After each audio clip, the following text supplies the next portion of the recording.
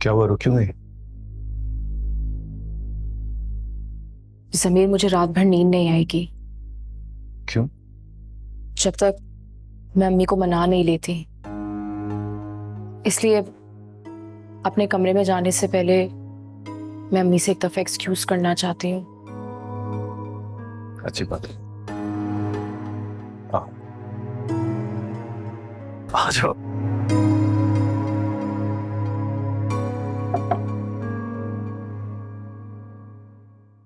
आ जाओ।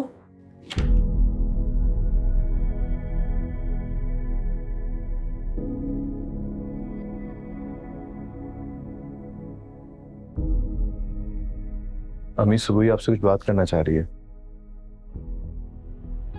तुम जाओ। जी।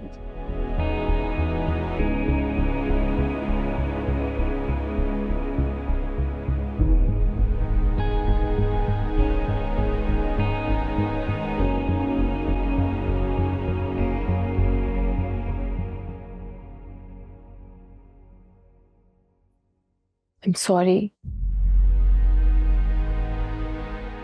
मैं आज अपने किए पे बहुत शर्मिंदा हूँ। और हमें जो इतने लोगों के सामने शर्मिंदगी उठानी पड़ी, उसका क्या?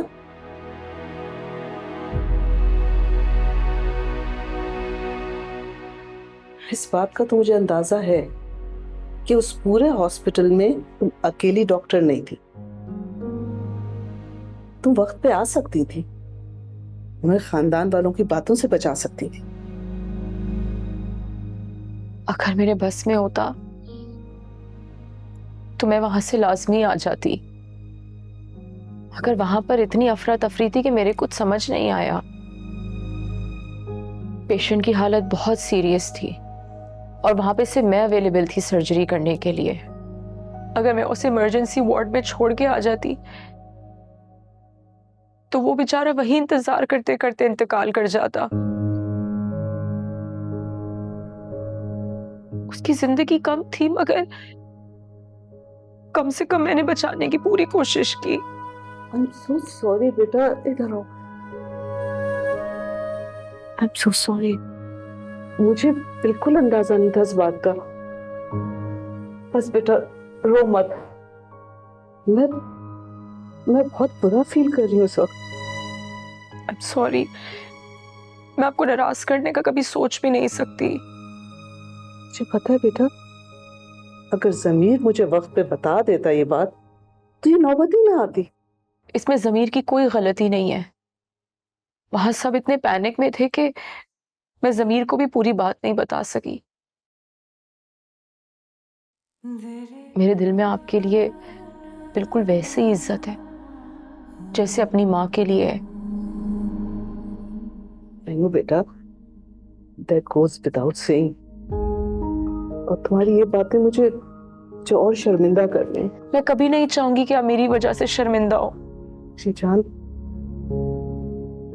तुम्हारा जाहिर जितना खूबसूरत है ना, इतनी ही तुम अंदर से खूबसूरत हो।